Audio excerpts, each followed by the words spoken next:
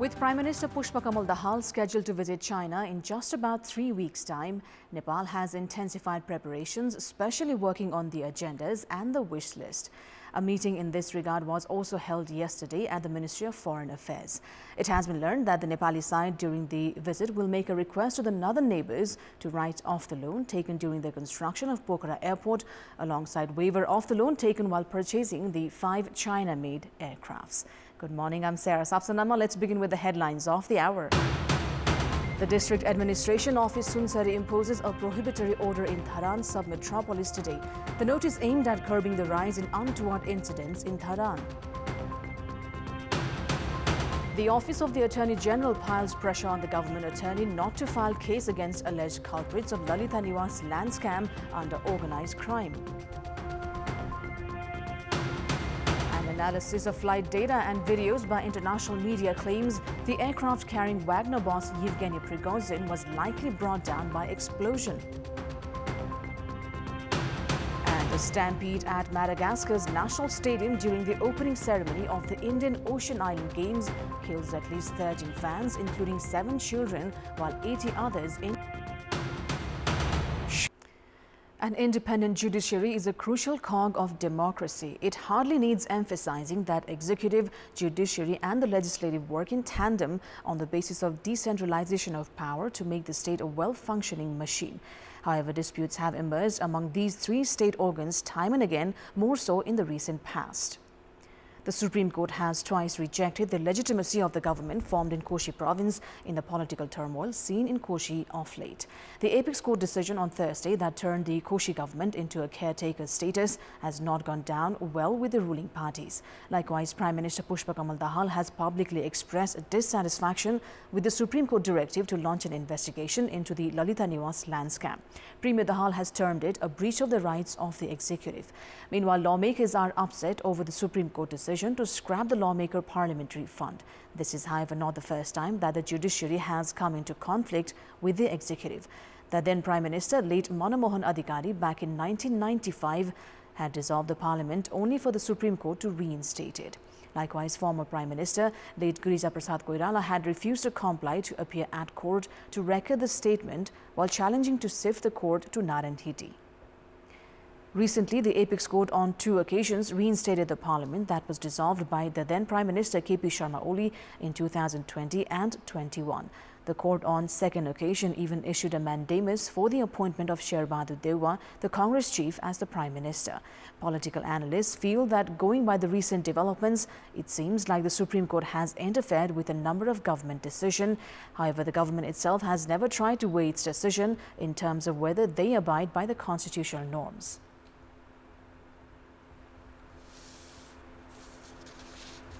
In this context, in our Public Voice segment, we've asked people in several provinces what is the reason for the dispute between government and the judiciary. Let's take a look at what they had to say.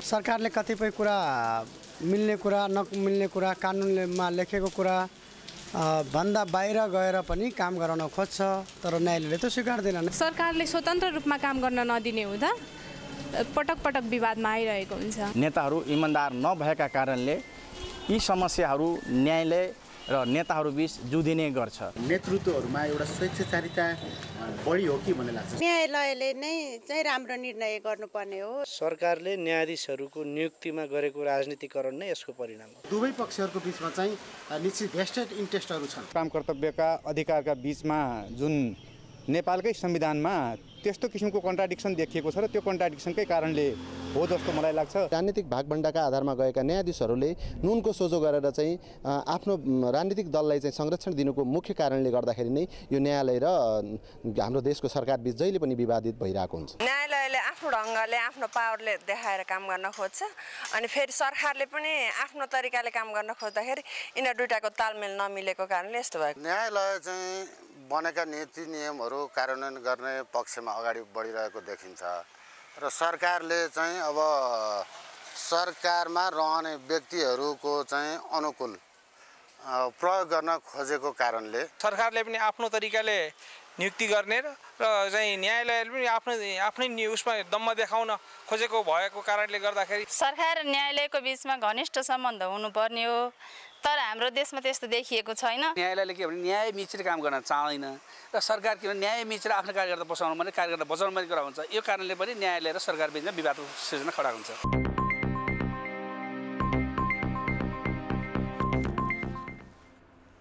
The District Government Attorney's Office has been receiving pressure not to file case under organized crime against those alleged of involvement in the Lalita Niwas land scam. Sources at the office based in Kathmandu say the influence comes from the Office of the Attorney General itself. Attorney General Dinmani Pokhrel has been, as per sources, piling pressure to alter the list of defendants submitted by the Central Investigation Bureau of Nepal Police, as the list of 238 individuals consists of 4 former ministers. Sources say Pokhrel has been coercing the office to only file case for fraud and avoid case for organized crime. A few leaders from Nepali Congress, whose leader Balkrishna Khan has been alleged of involvement, also reportedly urged the Prime Minister to influence the District Attorney Office to refrain from filing case of organized crime in the fake Bhutanese refugee scam. It may be recalled the District Attorney's Office had returned a report submitted by the CIB some 3 years ago pertaining to the Lalita Niwas land scam. In the current scenario, there is a heightened interest on how the office will treat the recommendations made by CIB. 18 of the alleged are currently in judicial custody. It's time now for our segment Public Pulse, where you text us with your opinion. The question is, what should be done to make clean drinking water accessible to all? Your options are A, safe infrastructure, B, safeguarding sources, and C, general awareness. The voting is on. Type NEWS, select your option A, B or C, and send it to 34001 to share your opinion with us. The District Administration Office Sunsari has issued a prohibitory order aimed at curbing the movements in Dharan sub-metropolis.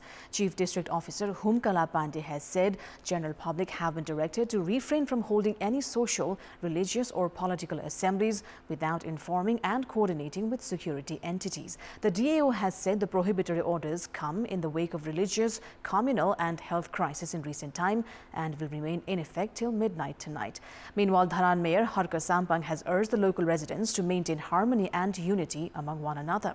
Likewise, leaders of Maoist Center, Unified Socialist, Janata Samajwadi Party, Rashtra Swatantra Party, Nagarik Unmukti, Sanghya Limbuwan Rashtriya Manch, Rashtriya Janamukti Party Nepal, Kirat Khambuwan and Vivekshil Saja Party have also issued a joint statement urging the locals to maintain social and religious harmony. A school building in Helambu Rural Municipality was swept away by the flooded Melamchi River. The building belonged to Saraswati Secondary School. The flood also swept away the school's toilet facilities.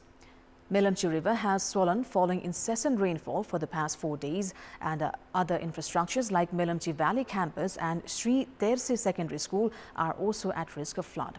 Ward Chairman Budiman Tamang has said Gyalthum Market area and Dhunge Bazar are at high risk as the river has changed its course. Floods have also swept away 50 meters of the Gyalthum, Chanaute, Talamarang and Simkhet road sections that connect Melamchi with Helambu. The road section is currently inoperational. Daily life has been disrupted in Helambu region due to continuous downpour, floods and landslides.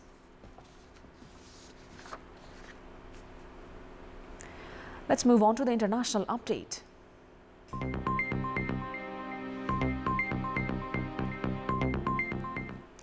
An analysis of flight data and videos by CNN has claimed the aircraft carrying Wagner boss Yevgeny Prigozhin was likely brought down by explosion. CNN reviewed flight data and videos and interviewed aviation and explosive experts to piece together what happened in the minutes leading up to the crash. The analysis suggests that the private aircraft experienced at least one catastrophic in-flight incident before it dropped out of the sky. US and Western intelligence officials believe it was deliberate. Experts say that available evidence indicates that the crash was unlikely to have been caused by a mechanical failure.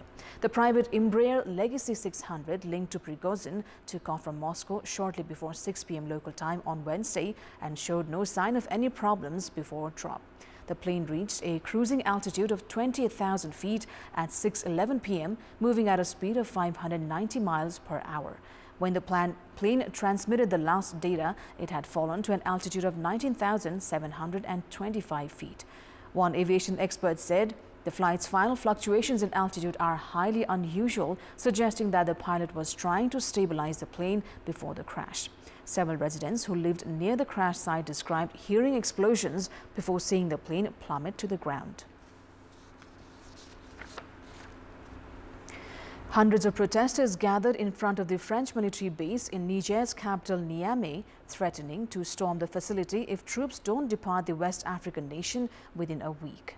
The protests came on the same day Niger's junta, which seized power in a coup in July 26, ordered the French ambassador to leave the country within 48 hours, a sign of further deterioration in relations between coup leaders and the West.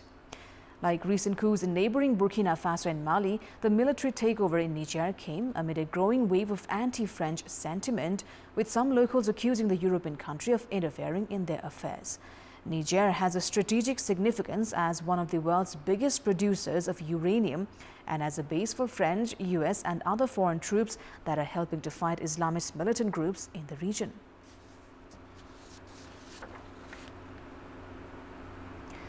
Hawaii officials released the names of 338 people still missing more than 2 weeks after the deadliest U.S. wildfire in more than a century swept through the resort town of Lahaina. The list compiled by the FBI includes only people whose full names are known and who were reported missing by someone for whom authorities have verified contact information.